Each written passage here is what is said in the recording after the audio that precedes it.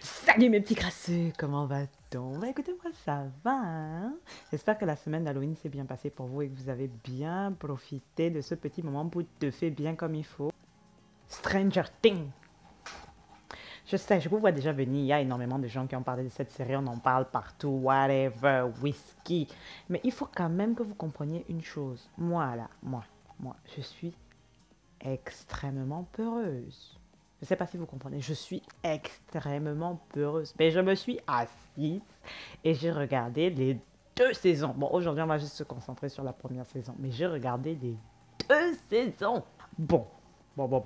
Pour ma défense, il faut voir aussi comment on m'a vendu la série. Parce que clairement, le petit descriptif de personnage féminin, badass et en plus enfant, j'ai dit attendez, ça existe ça? Parce que déjà une fille badass en temps normal, c'est un peu tordu à trouver. Mais alors une fille badass qui est encore loin de la majorité, well. Let me see. Mention spéciale, oh oui, j'ai Netflix. Donc j'ai regardé la série en totale légalité. Alors, je tiens quand même à signaler que les enfants dans cette série, ils sont capables de te vendre n'importe quel jeu de rôle. Mais t'as envie de jouer à leur place, t'as envie d'être à leur place. Tellement les gars, ils te donnent le goût quand ils jouent à leur jeu de rôle là, entre eux, dans la cave de la maison. T'es en mode pourquoi moi j'ai pas de poteau comme ça avec qui je joue au jeu de rôle à leur âge. Et puis après je me suis rappelé que si j'avais ma team, mais c'était plutôt team PlayStation. PS, la team Su, vous-même vous savez, vous vous reconnaissez. Love you guys. Hmm, on est ensemble. Et là, j'ai vu Elf. Elf. We can be friends if you want. I mean, we can be friends. Tu es trop vieille, meuf. Tu vas faire peur à l'enfant. Laisse-la tranquille.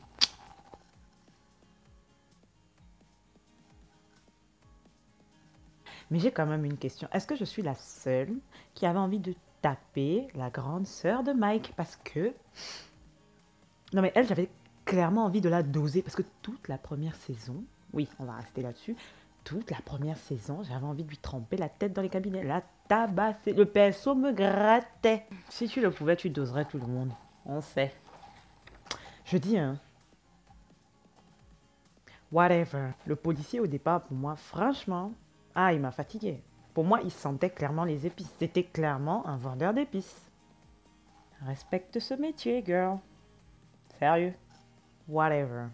Après, il s'est bien rattrapé. Et la matin de l'enfant disparu, là, elle s'est battue. Ouais. Elle m'a fait pitié. Elle a transpiré. Je crois qu'elle a perdu peut-être 20 kilos tout au long de cette saison. Tellement la go a transpiré pour récupérer son enfant. Par contre, son fils aîné. Ah, mais lui, franchement, il m'a fatigué. Il servait à rien. J'avais tellement envie de le doser. Oui, on sait. De toute façon, c'est à cause de filles comme toi qu'on est toujours en train de dire que les noirs sont agressives. Laisse-moi tranquille, je vais te montrer clairement de quel type de buisson je sors. Bref, le dernier perso qui m'a fatigué, c'est le père de Elf là. L'espèce de truc là que Elf appelait papa là. Il fallait qu'il souffre. Je voulais qu'il ait mal, qu'il souffre bien pendant au moins des années avant de mourir. T'as un sérieux problème d'agressivité, girl. Je dis ça, je dis rien. Bon, je peux vous avouer que pour les 5 premiers épisodes, je me suis agrippé à un poteau pour qu'il reste le temps que je regarde les premiers épisodes parce que j'ai commencé à regarder, il faisait nuit.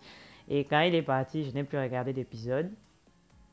J'ai dû attendre le lendemain parce que bon, à cause du suspense, tout ça là, au moment où ça s'est coupé, épisode 5, saison 1, j'étais genre... Du coup, je vais regarder la suite, mais j'ai attendu qu'il fasse jour parce que... On ne sait jamais. Froussarde.